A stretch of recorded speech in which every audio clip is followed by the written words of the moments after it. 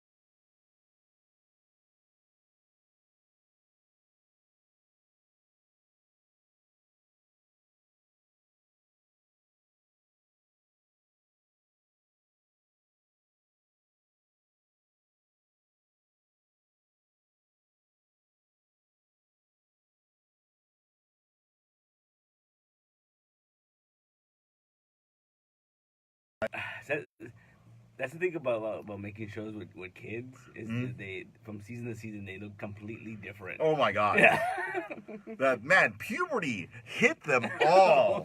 In the face. So, I mean, I've heard this is the last season. Oh really? Which I'm kind of. It's probably for the best. It probably is for the best. They can't keep going. Yeah, because they really can't. Because it's gonna be like Stranger freaking puberty and then Stranger casual sexual encounter.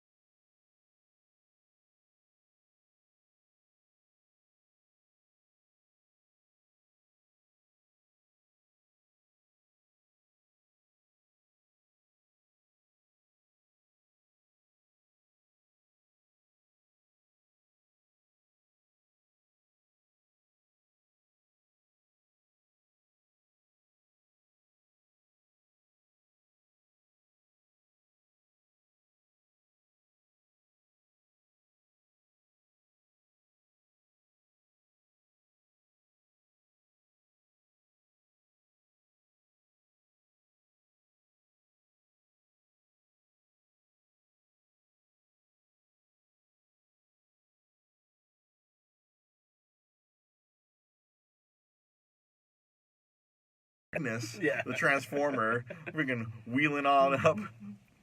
Man, so there was a lot going on, and I'm pretty excited. I've liked this show from day one. From Jump Street. The show is like really good. The Duffer Brothers know what they're doing. I mean, they got the teenage hunk boy friggin', and he's a lifeguard now. And then everyone's favorite mom/dad, Steve.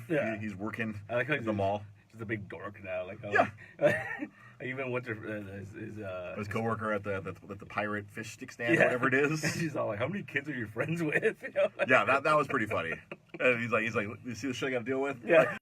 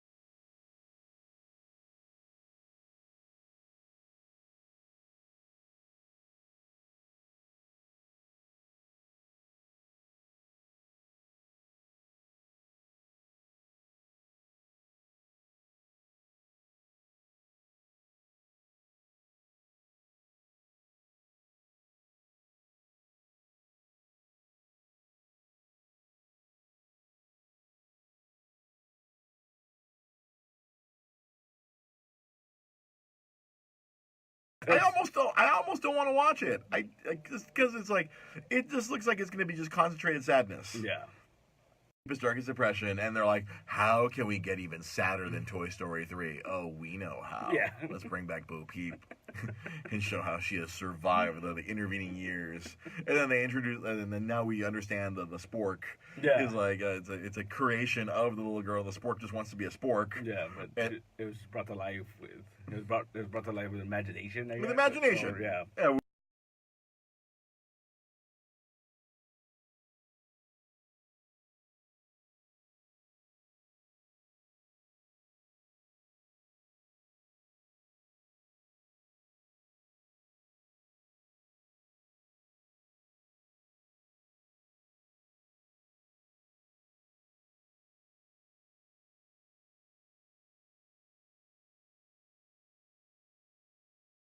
We'll find out. See, are we now? Are we good now? I think we're good now. Hopefully, for the one person that's hanging on. Mike said it was choppy. Hell yeah, it is. Hell yeah, Mike Lee. We know it's choppy because we're doing this from a place that we're not supposed to be doing it from. We are so sorry for anyone watching the live feed. It's recording apparently, so when I eventually share this to anyone, it'll hopefully be complete. Yeah. So I have killed the Wi-Fi. We're not going straight from my cellular plan, and apparently now we have smooth sailing. Yeah. Good God. Hopefully it's smooth sailing for our 1 or 2 viewers. Thank you, Mike Lee, for hanging in there. Oh man. Yeah. But yeah, Toy Story. No, I'm out. I'm out. I can't. I literally can't even with that. No, I can't with that. I think this is the year that Disney's just gonna make you all sad because it's like we got Dumbo in a couple weeks. And oh yeah, that's like week. No, that's this week. That's this week, right? Oh shit! I was watching television last night with my lovely lady Rosa, and what the fuck? I'm like, that's this Friday. Yeah. Fuck! I thought that was like in like May or June. I thought that was in the middle of the summer. Apparently, we get Tim Burton. Yeah. creepy. I guess Dumbo. Creepy Dumbo. I don't know. Like I don't know. I feel like it might not be that creepy. Like everything from the trailer so far hasn't felt super creepy. It just feels like it's gonna be a big ass bummer. Yeah. Oh yeah. No, like evil Michael Keaton. No, I don't know if it's been like apparent in the other trailers, but like I saw one recently and like what's his name? Colin Farrell. Like he's missing an arm. Oh really? And I was like, whoa, what's going on? Like, they're just hammering it home. They just want to make everyone fucking sad. Yeah. God damn it. So it's I don't know, man. Heaven knows how nerds are gonna handle Endgame. Oh yeah. Yeah. And once this like the runtime's gonna be 3 hours, fuck yeah, give me a seatbelt and a catheter. Fuck yeah. Yeah. I don't generally pee during movies, so I'll be fine. Yeah. Give me 3 hours of Endgame. I can't wait. That's a lot of movie, man. That's a whole lot of movie. Yeah. I'm gonna make sure I take a dump before I watch freaking Endgame. Just because I think just even knowing that I'm like, you can't move for the next 3 hours, Ray, or 3.5, counting trailers and sitting through the credits so we can get our Secret Invasion tease. Yeah. Or you know what? I almost feel I dare speculate that I don't think this movie is gonna have like a post credits. Maybe. Because beyond that, all we know is fucking Far From Home and Unknown. Yeah. They haven't announced shit. Wait, I have a feeling though. Okay, so that we're gonna get Back to the Future 3? No, I have a feeling though. Like like after this movie's been out, I'm thinking like maybe Comic-Con. I'm thinking they're gonna announce like here's like 10 more movies. I think they're gonna Or is there gonna be a D23 this year? Was there a D23 last year? I forget. I don't remember. I'm sure our Disney aficionado Mike Lee can tell us if there is a. I think it's odd years. Because I was working at Disney in 2013, and there was a D23. So yes, it's an odd year. Yeah. So there's definitely a D23 this year. So they're probably gonna. They're not gonna do Comic-Con. They're gonna fucking do D23 because they're gonna be like, "Fuck you, San Diego." But then they'll announce the next swath of movies after. I feel like that's what's gonna happen. Like we're gonna get like like 10 movies, whatever. Like, yeah, we'll get. Supposedly they said they're in development of like at least 10 movies. That's what they're saying. Yeah, that's always been they're constantly moving, and we'll get some details because they technically because the merger that was another big. Oh, sorry. I totally forgot about that. Yeah, Mike Lee confirms D23 this year. Yeah. The Fox fucking merger was made official last week. Thursday or Friday? Or yeah, that was I kept trying to remember. There was something else big happened last week that my brain could not recall, but now it's official now. And I guess now they can begin pre-production on anything involved because they couldn't whatever rules about mergers and shit. Did you hear though? That I was reading this thing about how like I guess they're gonna can everything. Whenever Marvel would get the rights back to something, apparently once they get the rights back to something, they can't make something for 2 years after the last thing came out. Huh. So I'm wondering if like that's why Netflix did that. Like they're canceling them one at a time just to kind of like screw them over. Like I wouldn't be surprised because fuck, man. Well, the streaming wars they have begun. Yeah. Could you hear how did Yoda fucking say it? Like, wars begun they have. Like, the streaming wars begun they have. Did you see the freaking Apple Apple? Thing? Yes. Oh. Let's just, let's kind of jump into that. Fuck it. Today, Apple made their big fucking thing where they announced their fucking Apple TV Plus. Yeah. And then slyly, they announced Apple Arcade. Oh, really? I don't know if you saw that. No, that was a big topic today at work. I work at a big video game distributor. Yeah. So anything that involves video games, we talk about at work, especially if they can affect our business. And holy shit, they're throwing their hat into the game streaming ring. But let's first talk about this Apple TV Plus. I looked that up and I was telling my bosses about that because I sat during my whole lunch just looking up all that shit. Yeah. Because they're discussing it, but they didn't do any research. I'm like, oh, fuck it. I got to do the research here. Let me do the quick research here. Yeah, Apple TV. Yeah. No wonder fucking Spielberg has been so anti-Netflix. He's working with Apple for their quote-unquote Netflix killer because they're doing a whole bunch of original series. Steve Carell and friggin' Reese Witherspoon, they're doing some sort of like Good Morning. Jennifer Aniston? Jennifer Aniston? Yeah, they're all doing like that. Some show that's like a morning show that's like Today or Good Morning America. So the one that caught my attention was they're bringing back Amazing Stories. Yeah, I saw that shit. Oh, man. Yeah, friggin' no wonder Spielberg wants to fucking stick the knife in the friggin' Netflix because he's working on the Netflix killer because it's supposed to see now we've reached that point. I don't know if you remember me mentioning before. Like, okay, now that everything's splintered, now somebody's Apple is gonna bring everything back in together. Yeah. Because on your Apple Plus, you can tie your Hulu subscription into it. You can tie your HBO, your Showtime, like all those. Everything is gonna tie back in together. Now we've reached that point where everything's splintered, and now we're gonna bundle it all together now. Then we're going back to bundles. I thought we weren't due for this for another few years, but now it's already rebounding back. Oh yeah. And that was very interesting. How they've put $1 billion into 20 original series. That's crazy, man. The streaming wars, man. Yeah. Everyone they want to counter Amazon because I know Amazon Prime's been there's been commercials for all kinds of new shit. I saw there was another new show they were promoting last night while I was watching NBC. I was like, the fuck, what's that show? That looks interesting. It was like how many streaming services are you gonna need to have? And of course Disney Plus. Yeah. Now. Although, I was discussing it with my bosses last week, how I think all the Fox stuff is going to end up on Hulu. Yeah, probably. Like anything higher than PG-13. Well, did you see on the Disney landing page after the merger was done? What? They put like Deadpool and The Simpsons and a couple other like big Fox things on the front page. Oh, really? I did not see that. Yeah, and I was like, whoa, that's. Wow. Hey man, they've been working fast and they've already been taking the merger cleaver like the what was that the Fox 2000 that got killed, right? That was probably their primary purpose was to adapt literary works into films and some other they did a lot of adaptations. I guess not like Marvel, like Disney already has a division for that, so like fuck y'all. The cleaver came down.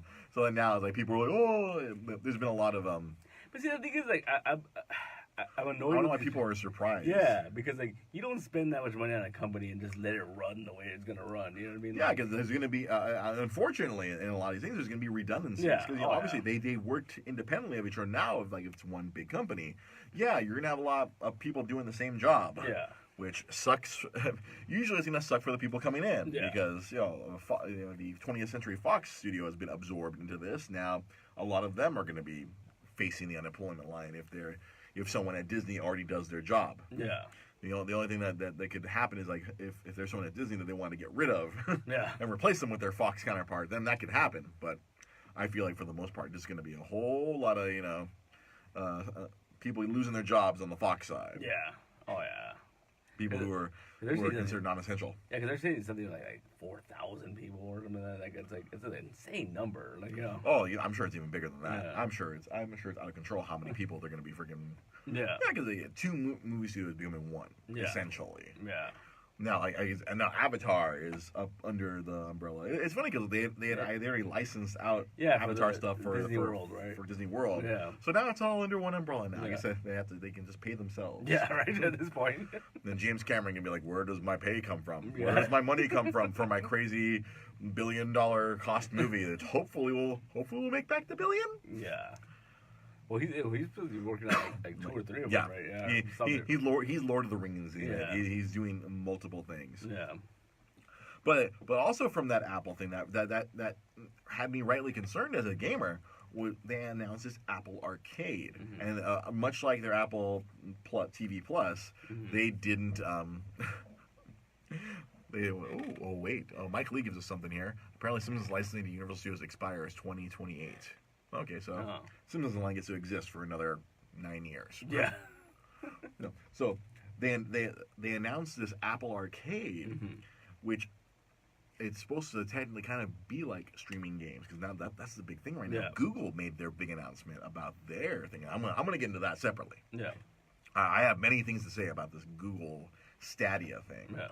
But Apple Arcade was announced today. You'll be able, I guess, however, it's a subscription service. You'll be able to download games either on your iPhone, your iPad, your friggin' Apple TV, on your Apple computer. You pay them X amount a month, and then you can just download and play these games with no ads. And the other big thing, no in-game purchases. Oh, wow. Okay. So this is very curious. Me and my boss were discussing this one very extensively today, because we're like, wait, like the pricing structure is going to have to be very interesting, because they have a bunch of people signed up for it. They got Sega signed up. They have Konami. They have all these other smaller indie game developers who are going to be making games. And we're not sure, are these going to be like mobile games, like the ones that we are already playing on our phone? Yeah. Are they going to be console-like games? We don't know. Like, do I want to play a console-like game on my iPhone where I have to use a touchscreen? Yeah. Or am I got the Bluetooth a game controller? It's very interesting. I've already heard, like, on the newest Apple TVs, you can Bluetooth, either like an Xbox controller or a PlayStation 4 controller to it, because they all just use Bluetooth. Yeah. So it's very weird to me. Like we were wondering what the pricing structure, because it's not going to be priced for. It's not going to be $5 a month. No way. And I was speculating, like, if everyone's going to get paid, I mean, it's going to be like $20, $30, $40 a month. Yeah. But will it be worth it? Yeah. And the other big thing they said, like, you'll be able to download the games and play them offline. Because the other thing that they got announced, or got confirmed last week, is this Google Stadia. Now, this thing is supposed to be the console killer. Yeah. Where Google's throwing a shitload of money into this thing, where you'll be able to play games pretty much anywhere. It sounds very similar to this Apple Arcade, but you'll be able to play like an Assassin's Creed, or you can play a Call of Duty, or like you'll be able to play all these major games at high quality streaming. Like you don't have to download anything. It's like what Netflix has done for movies. Yeah, that's this Google Stadia is trying to do for video games. Yeah. And it's really weird. I think I was telling you and Joanna a little bit about it on Saturday, where like the controller, it's connected to the server. Like you're inputting all the data doesn't go into a console. Yeah, it goes into the fucking server, and it's fucking insane. That's crazy. I don't know. I'm not sure how this is gonna fly. Yeah. Another thing that they didn't announce pricing either, but they were saying, Google Stadia. I guess that's supposed to be like Stadium. You can freaking do that. Yeah, and that's the thing. It's gonna have its own controller, its own Stadia controller. It looks like your standard video game controller with the analog sticks and the 8 buttons and the who's a what's it's your standard thing. But my one of the big things I saw, which I am also very concerned with, is all right. So this is coming from Google. They clearly have enough money. Yeah. One, it's totally data mining.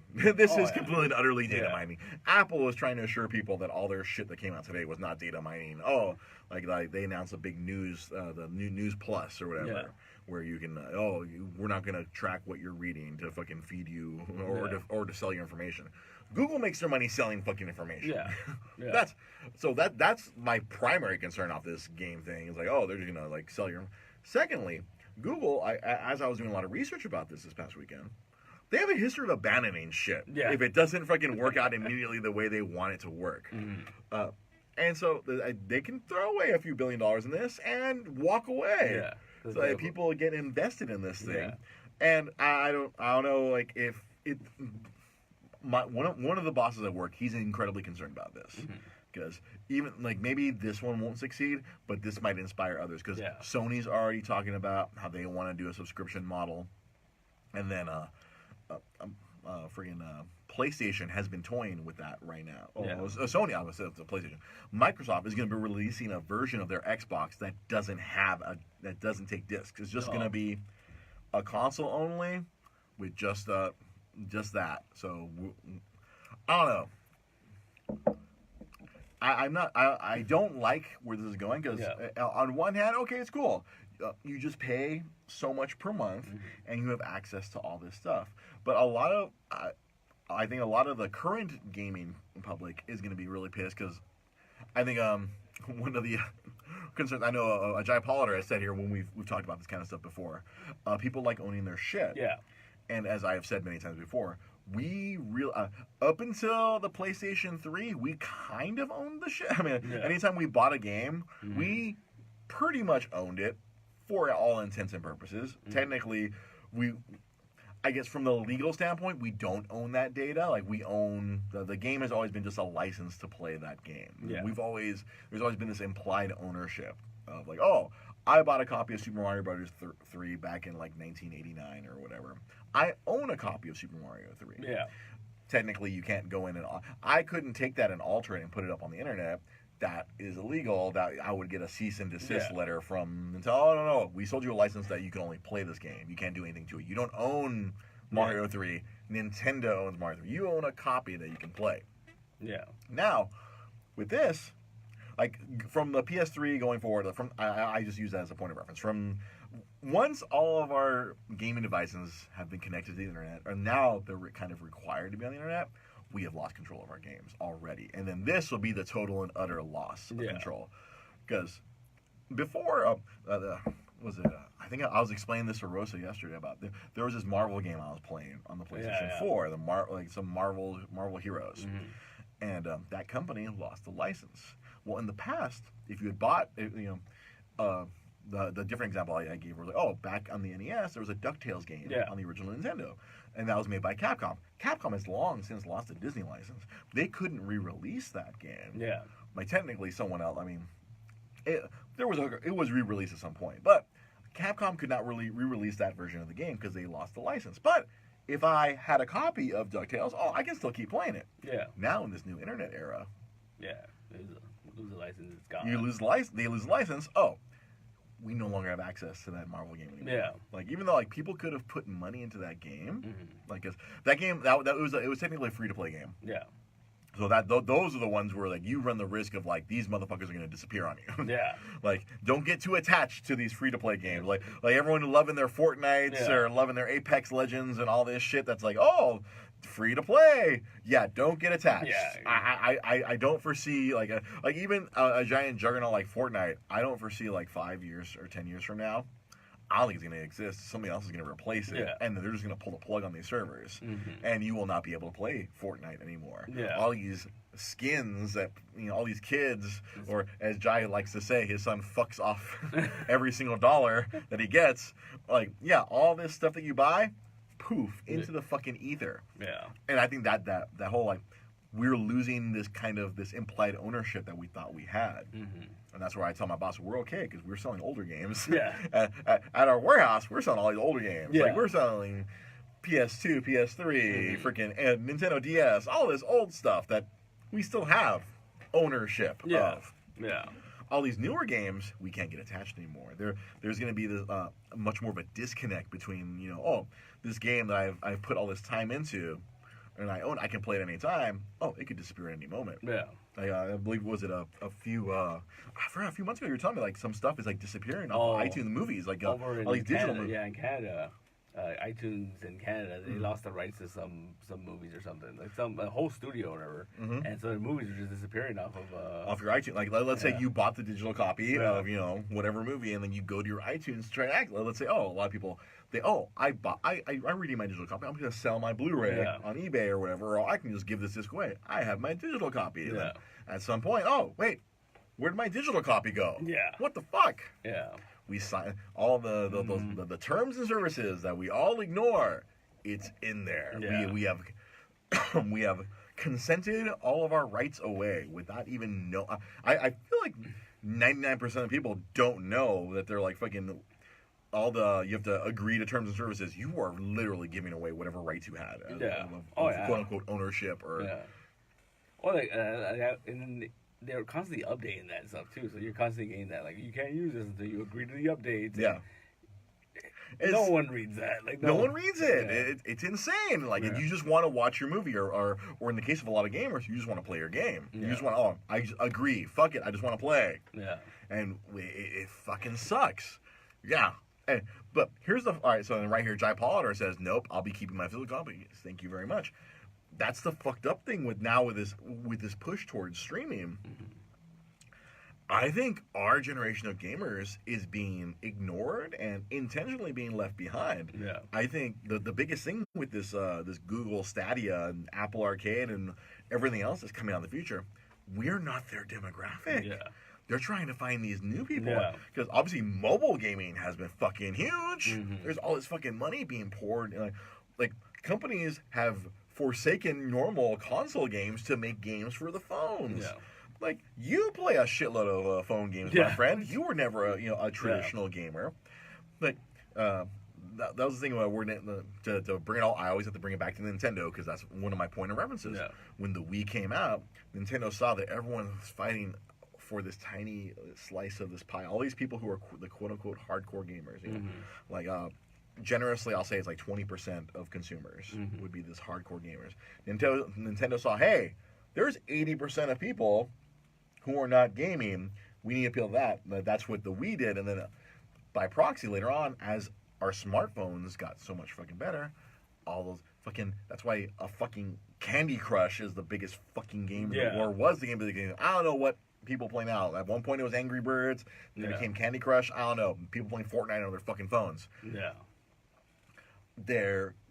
We're not the demographic. This old hardcore gamer. Oh, I own my games. I own my physical copies, like a Jai Polidor, like myself. Yeah. They don't want us anymore. Yeah. We are not who they want. They want people who will fuck away $5 a day. Yeah, because it's cheaper in the long run too to make digital-only games. Yeah, it's cheaper for the development to make these shitty little games, and they're getting a much better return on investment. Why spend $1 billion making a Call of Duty game that, like, we're only going to sell every November? Like, we'll sell it in November, and it's going to sell like shit after that, and hope that we make back the money. We can make this dinky, stupid, game that'll cost us a freaking fraction, and then make profit-wise. Fucking Fortnite made $1 billion, or is it that $2 billion this year? What it made, and that game was just like, the fucking thing that trips me out of that Fortnite, the version everyone's playing, it's like some other like offshoot. Yeah, like, it wasn't even the original game that came out. Which was like a zombie game or something. Yeah, they just made this other version. Like, all right, fuck it, and it's fucking take off like gangbusters. They sell fucking all. Yeah, Jai Polidor says, right, we haven't been the demographic for the last 2 generations. It's true. Yeah, like my boss always says, like, we have been slowly been conditioned to this whole digital thing for years. Like, all these discs that we buy for the PlayStation 4 and for the Xbox One, they're just boot discs, basically. We still have to download 30, 40, 50 gigs. The game's not even on the disc anymore. Yeah. It's just, just a freaking, like, it's a comfort. It's a comfort for old people. Like, oh, look, I have the disc, and then the fucking annoyance, I'm like, I have to download a fucking update? Yeah. Like, with goddamn fucking Kingdom Hearts 3, we're Rosa and I, we don't have Wi-Fi. Yeah. We live in 1995. And so I guess I was lucky that everything that Kingdom Hearts 3 needed was on the fucking disc. It didn't have to connect to the internet to download. Thankfully, that giant 50 gig Blu-ray had all the fucking shit it needed. Because I got very concerned. I was like, oh fuck, I don't have Wi-Fi. I'm like, and at that point, I'd used up my freaking mobile hotspot limit, or at least my high-speed mobile hotspot limit. Yeah.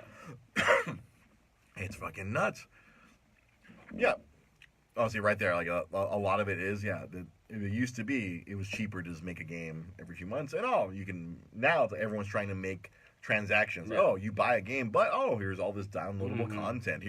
Or seasons of fighting games, as Jai Porter said here on Facebook Live. Yeah. Like, you have to pay more. Pay for the season pass so you can keep getting stuff.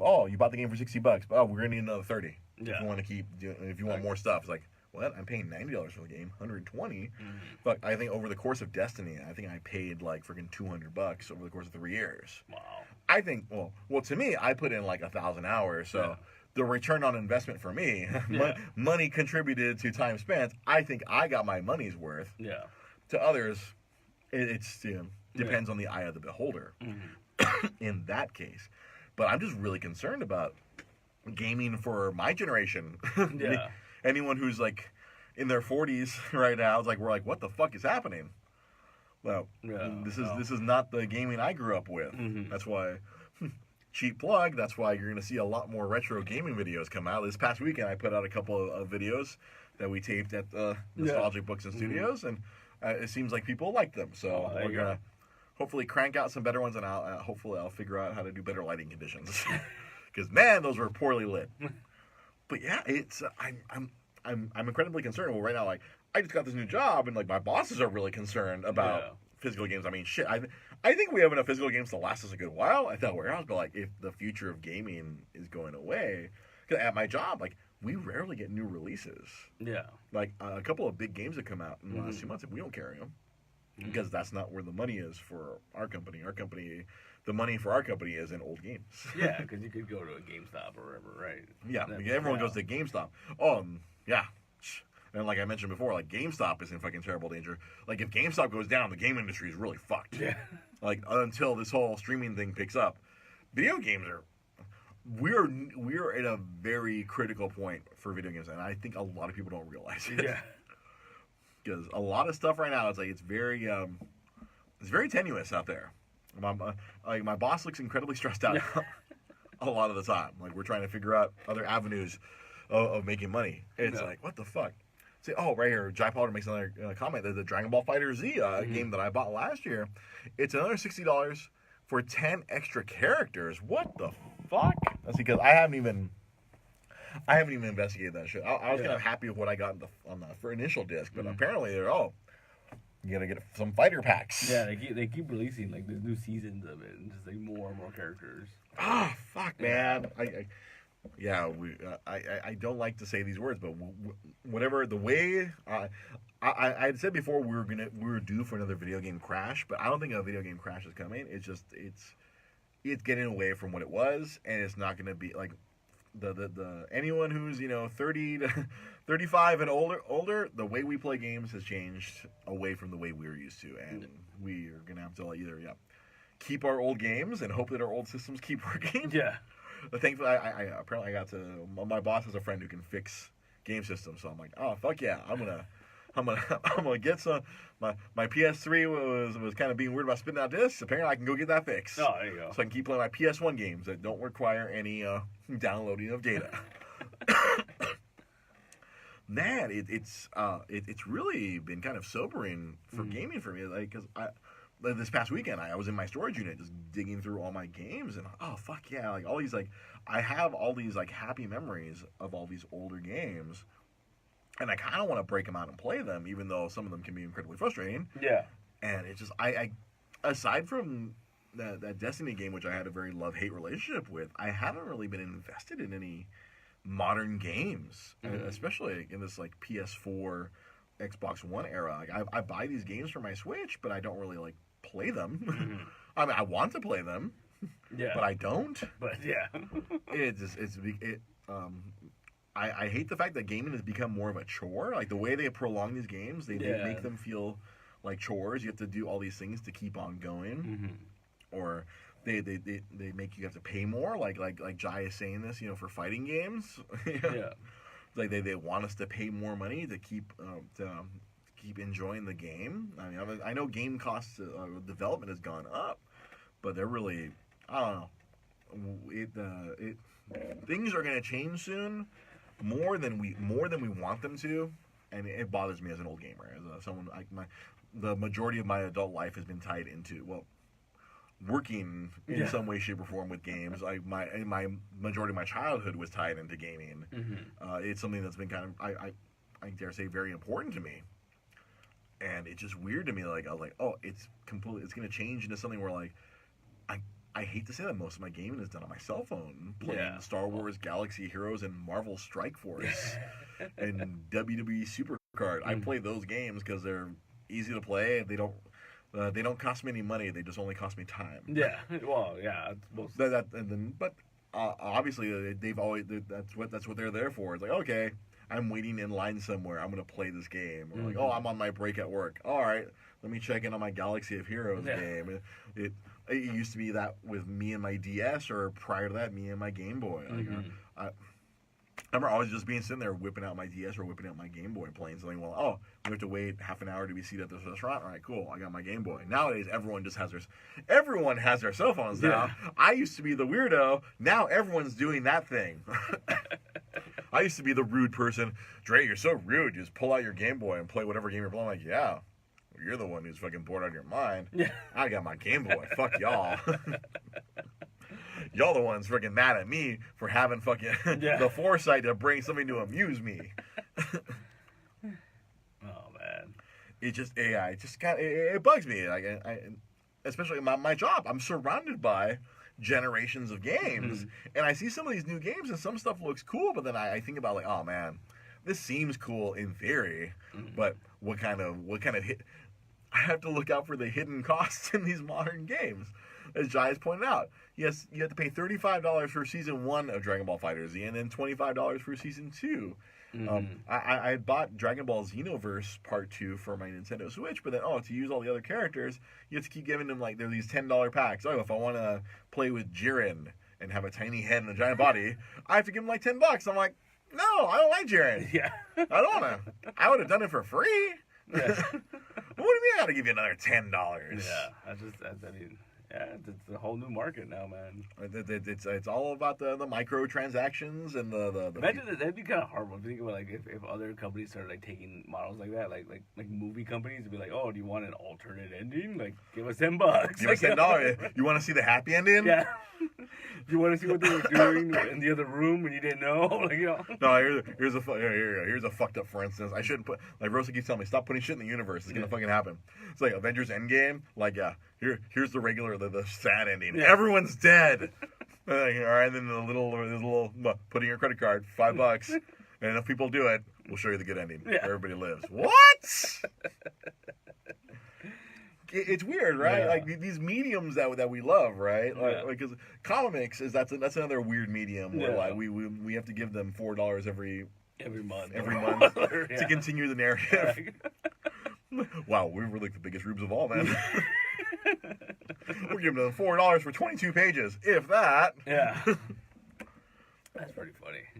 It's like all these nerd mediums. But I mean, shit. I used to pay $20 to watch 3 episodes of Dragon Ball Z on a shitty VHS. Yeah. Who's the idiot now? But that's the thing. Like, you could break anything down, and when you break it down to that detail, you realize how much it is insane to be a fan. Yeah. Right? Yeah. Oh, see, that's right. See, I never got to play Street Fighter V, but like, you could earn the extra fighters because there's a mode where you can earn money. Right? Yeah. You can earn fight money, buy fight money. I think that was totally an inside joke to the game because if you knocked out Balrog, he'd yell out, "Oh, my fight money!" Oh. And then that was in part 4, and then part 5. Oh, here, earn fight money. Wait a minute, it says fight money. But like you had to put in all the time. I think that was something similar that happened in that Star Wars game that got lambasted last year, the Star Wars Battlefront 2. Like you could earn you could pay to unlock Luke Skywalker, Darth Vader, or you could play 100 hours and maybe unlock them. Yeah. So they get you, man. So they get you. They monetize the lack of patience. Yeah. Oh yeah. Exactly. And I feel this society we live in a very impatient society where people are willing to pay money. Like I can, or the phrase that I hate the most: pay to win. Yeah. Oh no, it's true. I mean, like me and Joanna contemplated this weekend going to see Shazam and paying the $20 a ticket. Oh right, because Fandango did something, right? But the only reason we didn't do it was because we looked it up and like everywhere was like front row. And I was like, if I'm gonna pay that much, I'm not sitting in the front. Yeah, like, I'm gonna pay a premium price to sit in the worst seats. Yeah, like fuck that. Like not happening. Like we're gonna wait till it actually comes out. Yeah. Was it? Like, it was next 2 weeks. Oh, was it 2 weeks early? Because this week's Dumbo. I guess next week. Yeah, because all the review embargoes are coming. Yeah, that's something else I want to briefly bring up before we wrap things up. I'm sure we'll talk about it more on Wednesday. All the review embargoes have been coming up on Shazam, and it's like, whoa. Yeah. Like universal praise. Good job, DC. Holy shit. What happens when you embrace happiness and fun? Yeah, it was where some of my coworkers were like, "This movie looks weird." I'm like, "Yeah, it's because it's happy." Yeah. I'll explain out my podcast co-host, like that's like one of his favorite characters. Yeah, like Billy Batson. It's like the movie Big. It's like it's a kid becomes a superhero. It's a mayhem ensues. He doesn't know how to fly.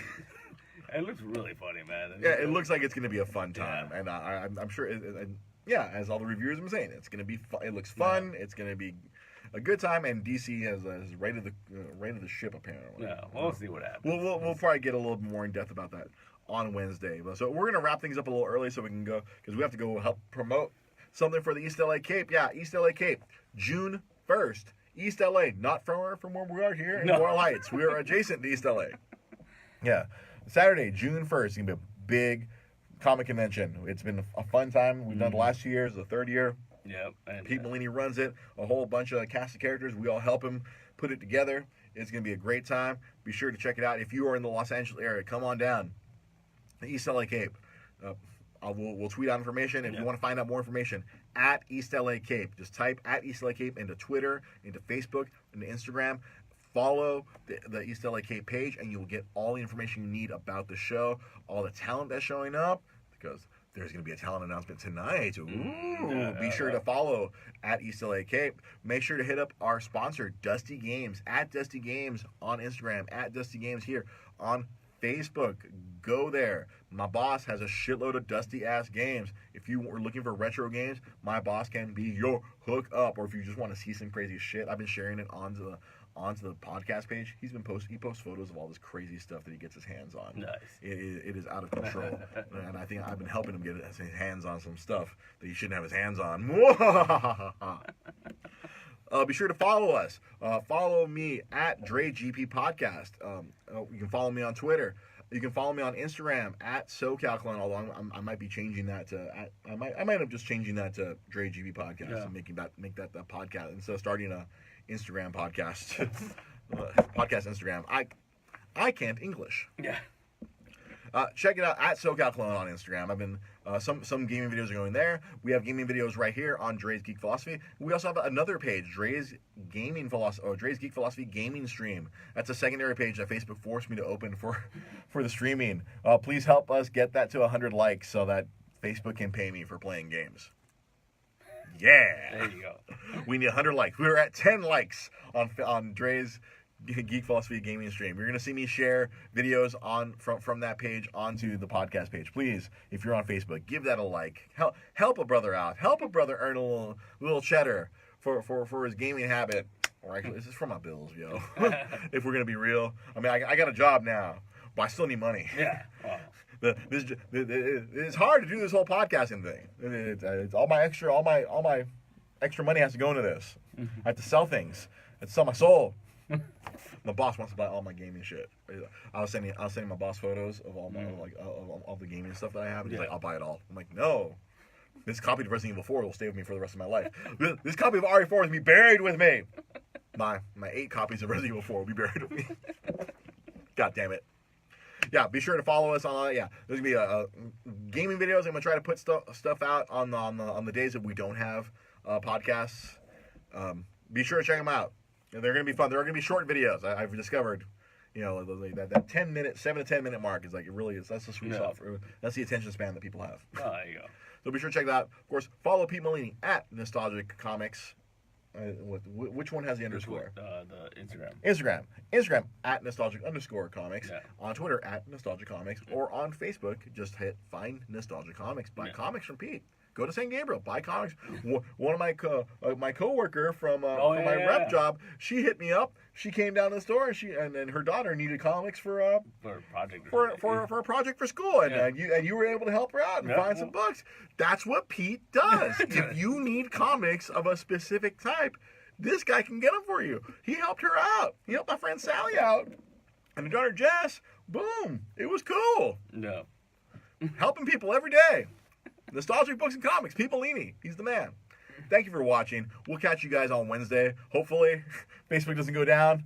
Hopefully, neither of us go down, and we will bring you guys the Multiverse Comic Show. It's been hiatus for 2 weeks. Hopefully, it won't be 3 weeks. Hopefully, we'll see you guys Wednesday, and we'll definitely be back here Monday night with Dre's Geek Philosophy, but not here.